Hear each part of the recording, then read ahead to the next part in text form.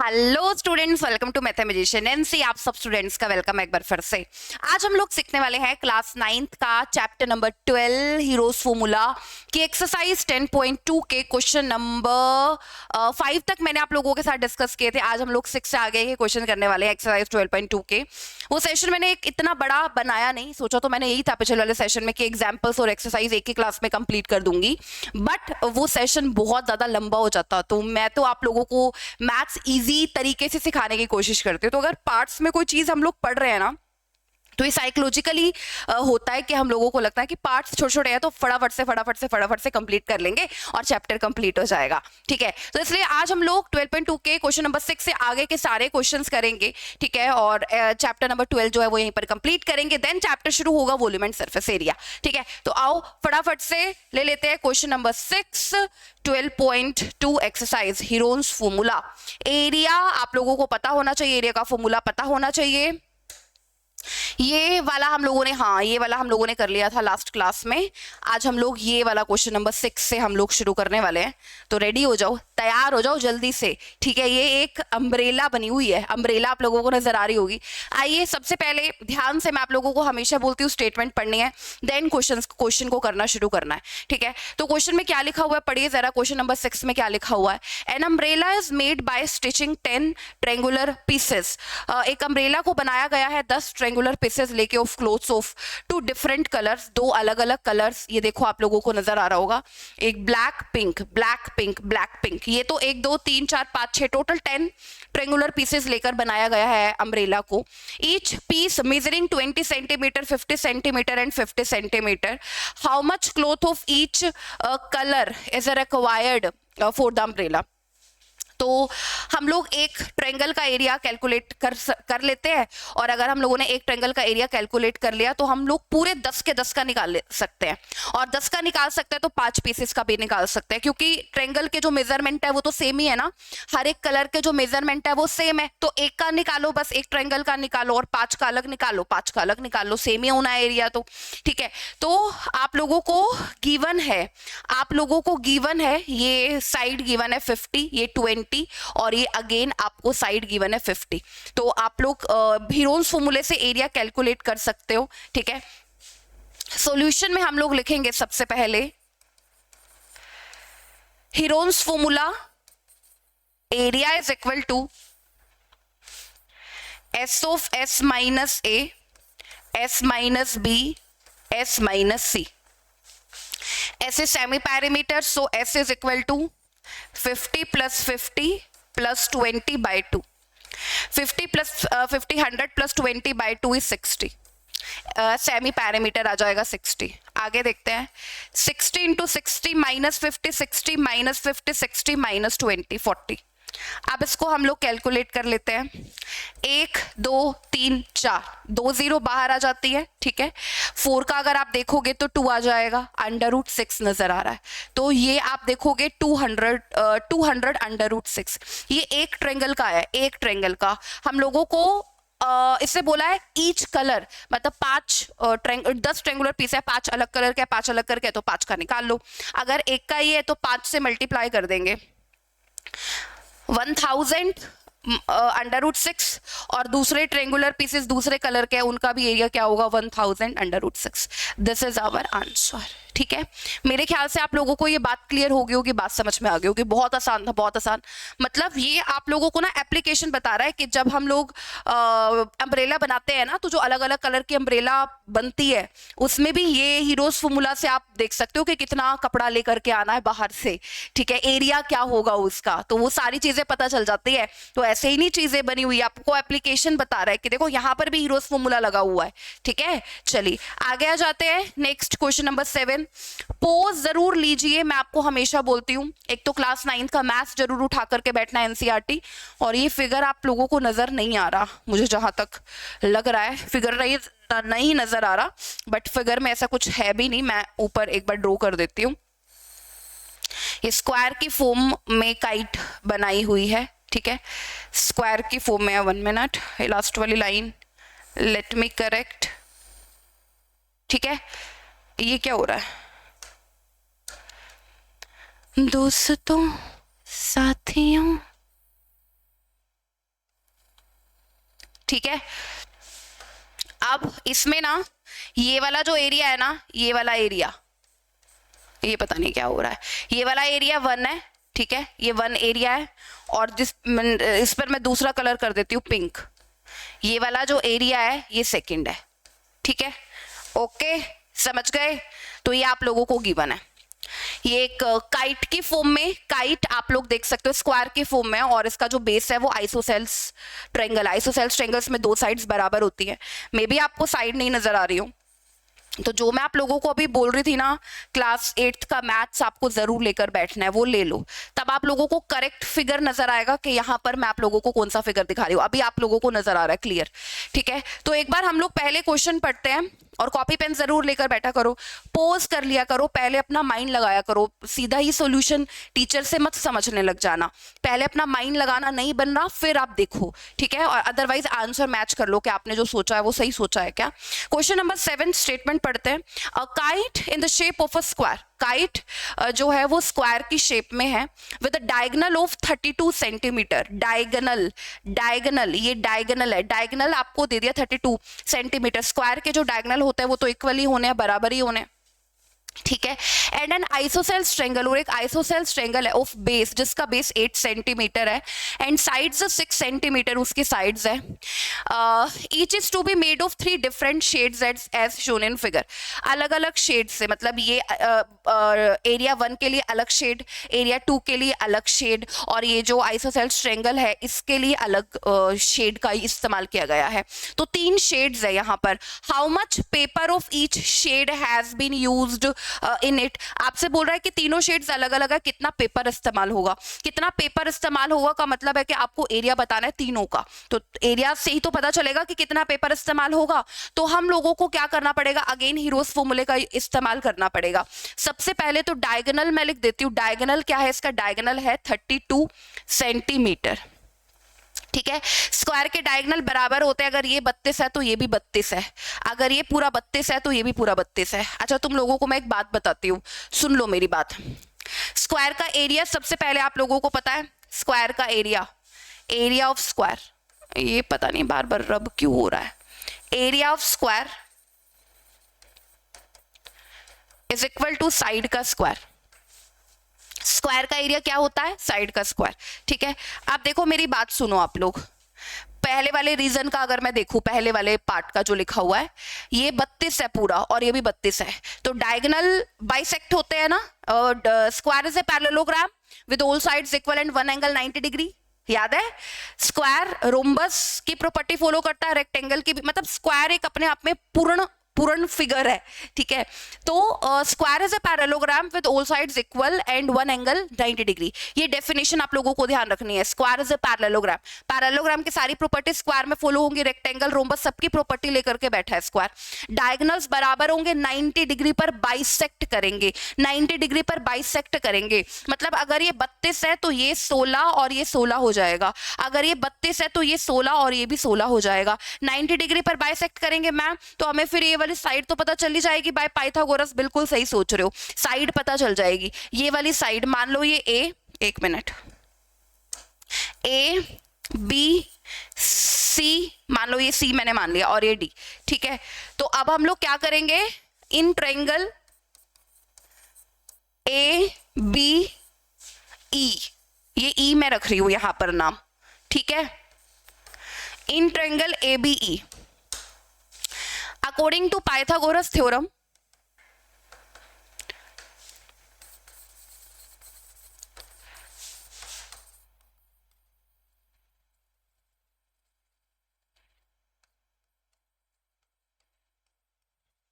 According to Pythagoras theorem क्या होगा, देखो आप लोग जरा, ए बी का स्क्वायर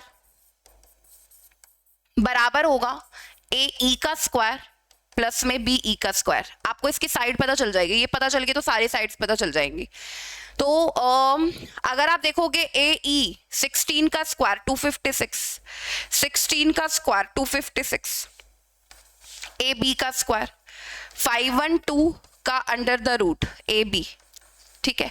तो ए बी की वैल्यू हो जाएगी 256 गुना 2, तो ये हो जाएगा 16 अंडर रूट 2, ठीक है, तो ए बी 16√2, सारी साइड्स आपको पता चल गई, स्क्वायर है, स्क्वायर की फॉर्म में है तो सारी साइड्स तो बराबर ही है। ठीक है, तो आप लोगों को ए बी पता चल गया, तो अब आप पार्ट फर्स्ट का area of part first, NCERT की बुक खोलो, फिगर चेक कर लो जरा। पार्ट फर्स्ट यहां पर लिखा भी हुआ है मैंने, ये पार्ट फर्स्ट है। अच्छा, पार्ट फर्स्ट का एरिया क्यों कैलकुलेट करें? अरे पूरे स्क्वायर का एरिया कैलकुलेट करते हैं, पार्ट फर्स्ट का क्यों कैलकुलेट करें? स्क्वायर का एरिया कैलकुलेट करते हैं, बराबर हो जाएगा पार्ट फर्स्ट और पार्ट सेकंड का। पैरेललोग्राम है ना, ये स्क्वायर इज अ पैरेललोग्राम। ये जो डायगोनल है बीडी, इसको दो बराबर कोंग्रेंट ट्रायंगल्स में डिवाइड करेगा, और दो कोंग्रेंट ट्रायंगल्स का एरिया बराबर होता है। एबीडी का और बीसीडी का जो एरिया होगा वो बराबर होगा। ठीक है, तो अभी हम लोग क्या करते हैं, in triangle A B C D, triangle क्यों बोल रही हूं, इन स्क्वायर ABCD, ठीक है, area is equal to side का स्क्वायर, मतलब 16√2 का स्क्वायर, तो कितना आएगा, 16 का स्क्वायर 256 को 2 से अगर मैं गुना कर दूं 512। So area of triangle ABD is equal to area of triangle BCD। ठीक है, तो ABD पार्ट फर्स्ट का 256 हाफ और 256 एरिया ऑफ ट्रायंगल BCD, ये दोनों के एरिया आपको पता चल गए। ठीक है, दोनों के एरिया, ये मीटर है, सेंटीमीटर स्क्वायर। ठीक है, और ये स्क्वायर का, पूरे स्क्वायर का एरिया आ गया सेंटीमीटर स्क्वायर। ठीक है, क्लियर, सबको आ गया समझ में? अब हमें ये तो पता चल गया पहले पार्ट का, सेकंड पार्ट का, लेकिन तीनों का बताना है, तीनों के लिए अलग अलग चीजें यूज की है। इस वाले पार्ट का बताओगे, आइसोसेल्स ट्रायंगल का एरिया बता दोगे, तो इसको रब करने की जरूरत मुझे पड़ गई है। हीरोज फॉर्मूले का इस्तेमाल करती हूँ। सबसे पहले इस ट्रायंगल का सेमी पैरीमीटर यहीं पर देख लेती हूँ। 6 और 6 12 और 8, 12 और 8 20, 20 के बाय में 2, तो 20 के बाय में 2 आएगा, तो सेमी पैरीमीटर हो जाएगा 10। ठीक है, तो अगर मैं आपसे पूछूं area of isosceles triangle, area of isosceles triangle, ठीक है, तो क्या होगा area? According to Hero's formula लगा दो, under the root semi perimeter 10 into 10 minus 6 4, 10 minus 6 4, 10 minus 8 2। ठीक है, तो इस पर अगर आप फॉर्मूला लगाओगे तो देखो 10 को मैं 2 इंटू 5 लिख रही हूँ। ठीक है, आप बोलोगे मैम ये 4 तो बाहर आ जाएगा, ये 2 भी बाहर आ जाएगा, अंडर रूट 5 रह जाएगा, तो ये 8 अंडर रूट 5। अब आप लोगों को 8 अंडर रूट 5 सेंटीमीटर स्क्वायर नजर आ रहा है एरिया ऑफ आइसोसेल्स ट्रायंगल। अब इसको कैलकुलेट करना है, अंडर रूट 5 आपको कैलकुलेट करना पड़ेगा। आइए जरा अंडर रूट 5 कैलकुलेट करते हैं, आप मेरी मदद करना। 5 अंडर रूट कैलकुलेट करते हैं।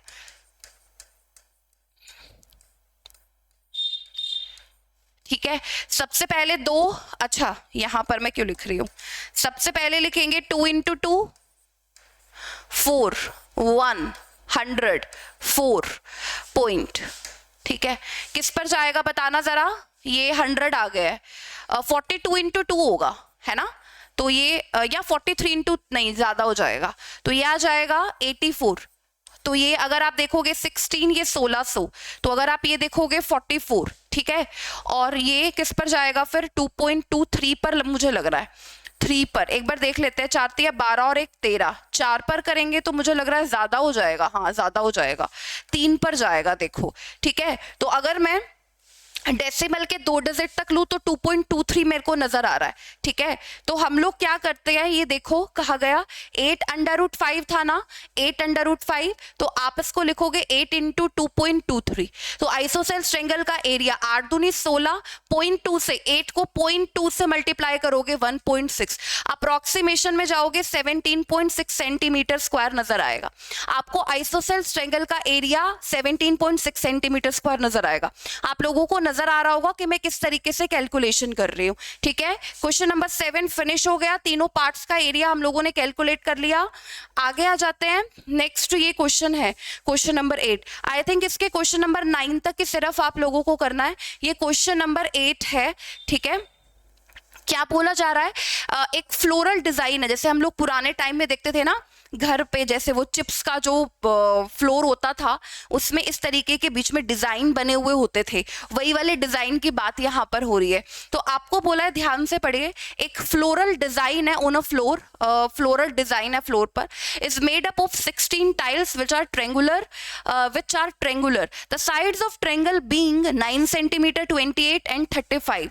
अच्छा, 9 सेंटीमीटर, 28, ये एक मिनट, अच्छा ये इस ट्रेंगल की बात कर रहा है। 9, ये जैसे एक पार्ट देखो, मैं तुम लोगों को ना यहाँ पर मार्क करके बताती हूँ। जैसे ये एक पार्ट है ना, ये वाला पार्ट, ये एक ट्रायंगल है ना, 3 साइड्स है ना इसकी।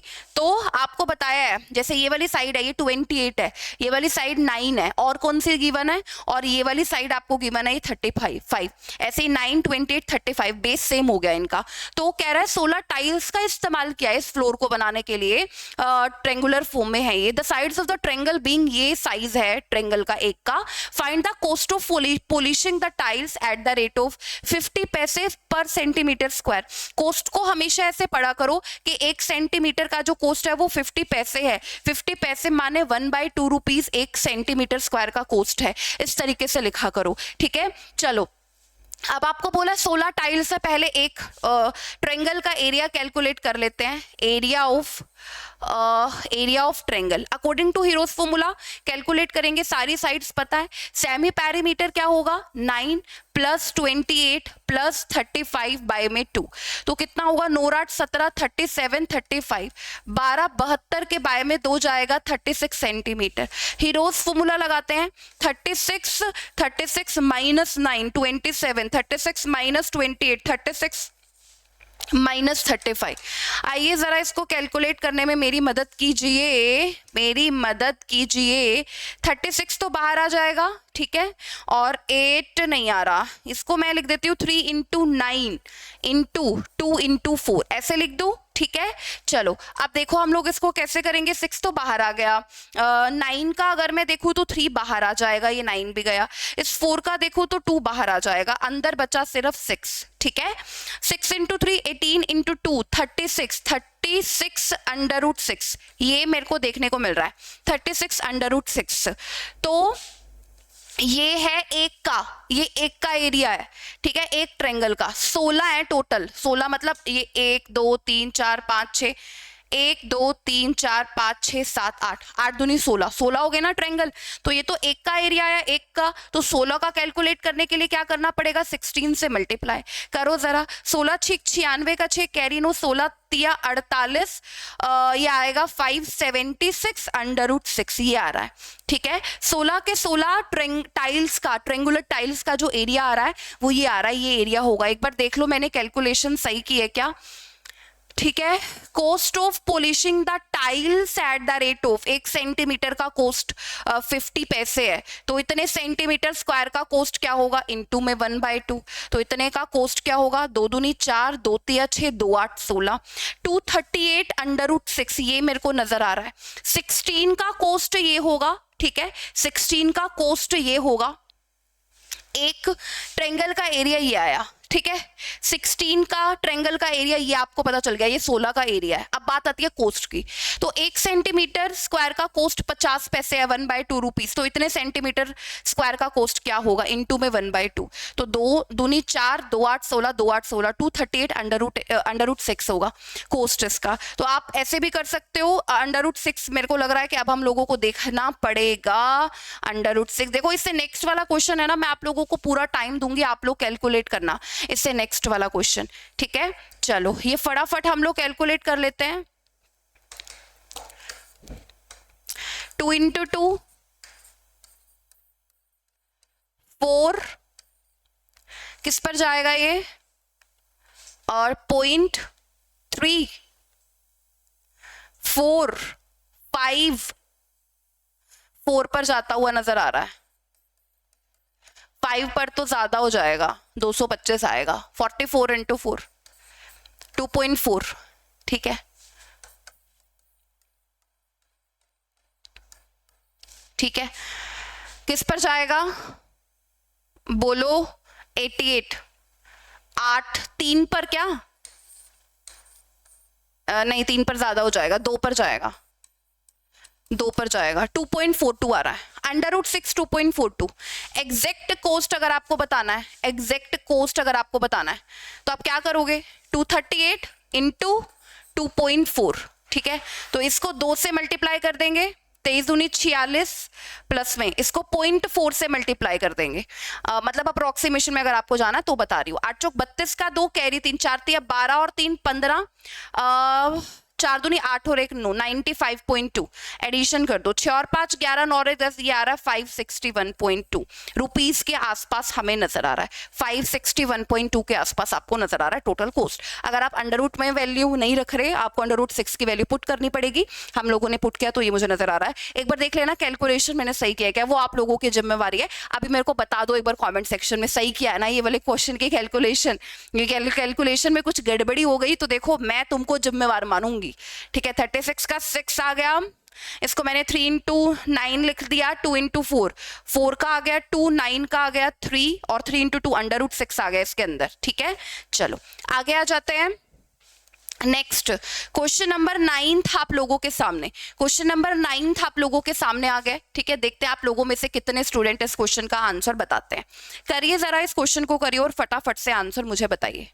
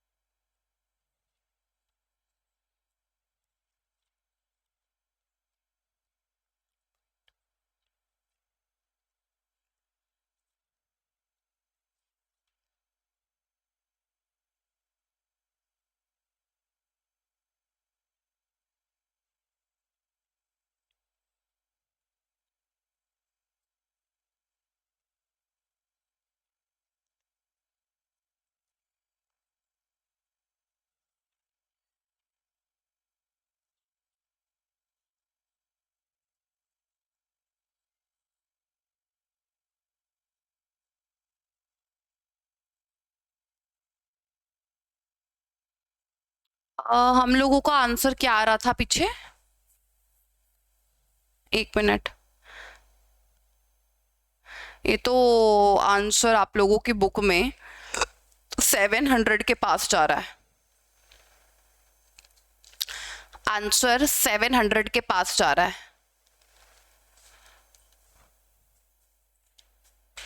कुछ गलत लिख दिया क्या मैंने?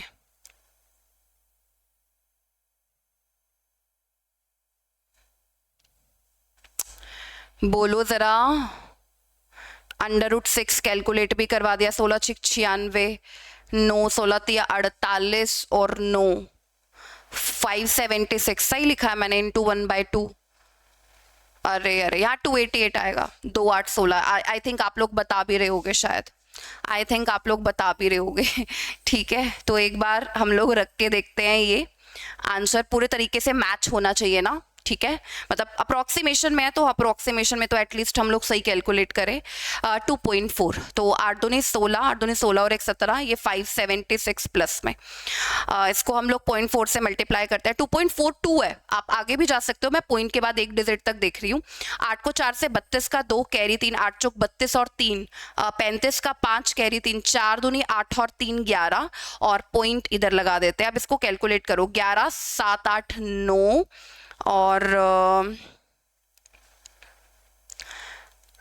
अभी भी गड़बड़ आ रही है, अभी भी आ रही है गड़बड़, क्योंकि हम 4 5 11 का 1 कैरी 1, 7 और 2 9, 5 और 1 6 91 पर 705 है।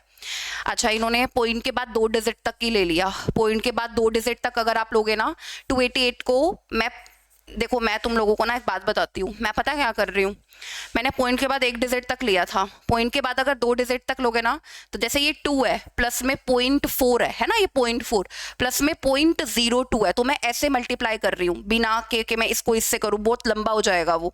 288 को 0.02 से नहीं 2 से मल्टीप्लाई कर दो, 2 से पहले पॉइंट लगा देना। 8 दूनी 16 का 6 कैरी 1, 8 दूनी 16 और 1 17, 2 दूनी 4 और 1 5, 2 से पहले पॉइंट लगाओगे, देखो 5.76 आ गया, मतलब प्लस में 6 और कर देते हैं, तो प्लस में 6 अगर मैं कर दूं तो 697.2 के पास मैं पहुंच पा रही हूँ, 697.2 के पास मैं पहुंच पा रही हूँ। अप्रोक्सीमेशन में जो आंसर आ रहा है वो इसके बराबर आ रहा है। 2.42 थी ना √6 की वैल्यू, 2.42, हाँ मैंने यही वैल्यू ली है, 697 सही है, कोई ऐसा नहीं है कि तुम लोग ये सोचो कि ये तो आंसर ही नहीं है, ये गलत नहीं है, करेक्ट है, बिल्कुल करेक्ट है, अप्रोक्सीमेशन में लगभग में इतना हो सकता है, लगभग में चलता है इतना, ठीक है। तो मेरे ख्याल से आप लोगों को ये क्लियर हो गया होगा, समझ में आ गया होगा। आगे आ जाते हैं, ये वाला क्वेश्चन मैंने आप लोगों को दिया था, चलो फटाफट से इसे बनाते हैं और आप लोगों का 12.2 जो एक्सरसाइज है उसको फिनिश करते हैं। आ जाओ जरा, आपको बोला है a field is in the shape of a trapezium. देखो ट्रेपीजियम अगर बना हुआ है तो बहुत अच्छी बात है, ये देखो बना हुआ ही है, इधर बना रही हूं, ठीक है।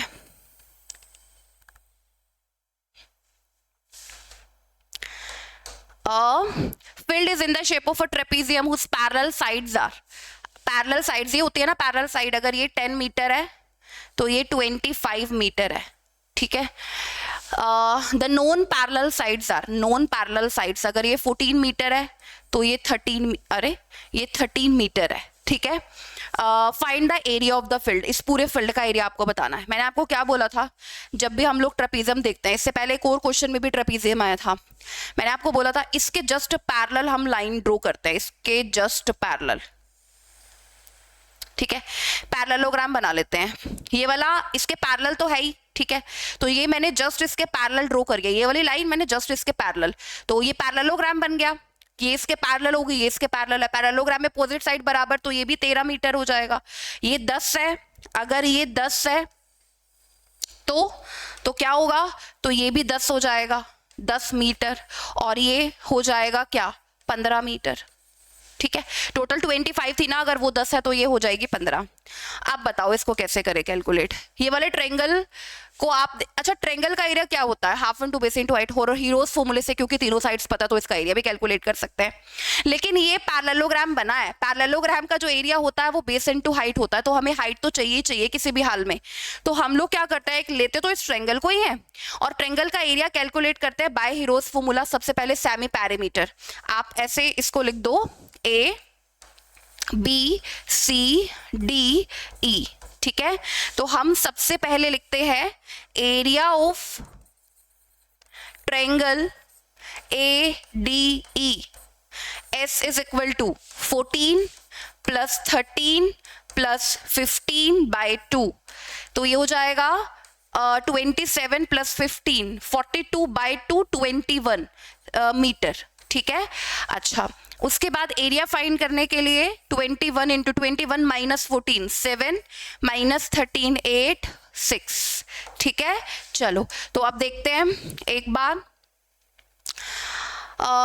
21 को मैं 7 इंटू 3 लिख रही हूँ, ठीक है, और मैं 8 को 2 इंटू 4 लिख रही हूँ, ठीक है।